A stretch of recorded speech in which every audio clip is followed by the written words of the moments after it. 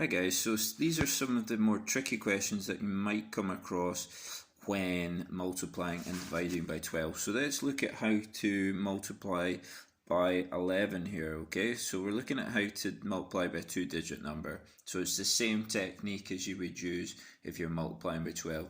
So basically we multiply this whole top number by the 1 first, okay? So 1 times 1 is 1, 2 times 1 is 2, and 2 times 1 is 2.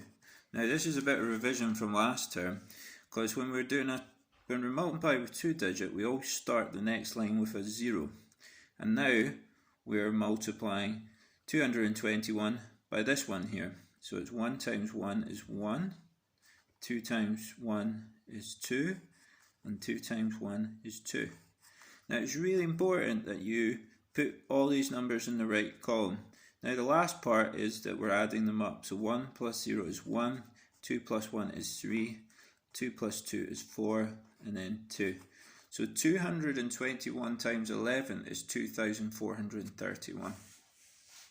Now you might have a question like this when we're timesing by 12 or 11. So it's asking you, basically this question is asking what number should that be. So if we've got a question like this, what we have to do is we have to do the opposite of multiplication, which is division. So basically, in order to get the box, we do 55 divided by 11. So what's 55 divided by 11? We should know that in our times tables, so we know that's 5. So the answer here is 5. Okay. Now, I've also added an extra video on dividing by 12 and 11, but here's one example here. So first thing we do is we decide, does 12 go into 1? No, it doesn't, so we put a start with a 0 up there. Now we have to then, now we're going to decide, does 12 go into 13? Okay, because the 1's now moved to the 3. So 12 goes into 13 one time, and then we've got 1 left over.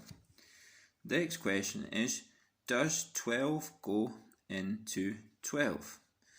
Yes, it does. It goes into 12 once. And then does 12 go into 0? No, so we put a 0 up the top.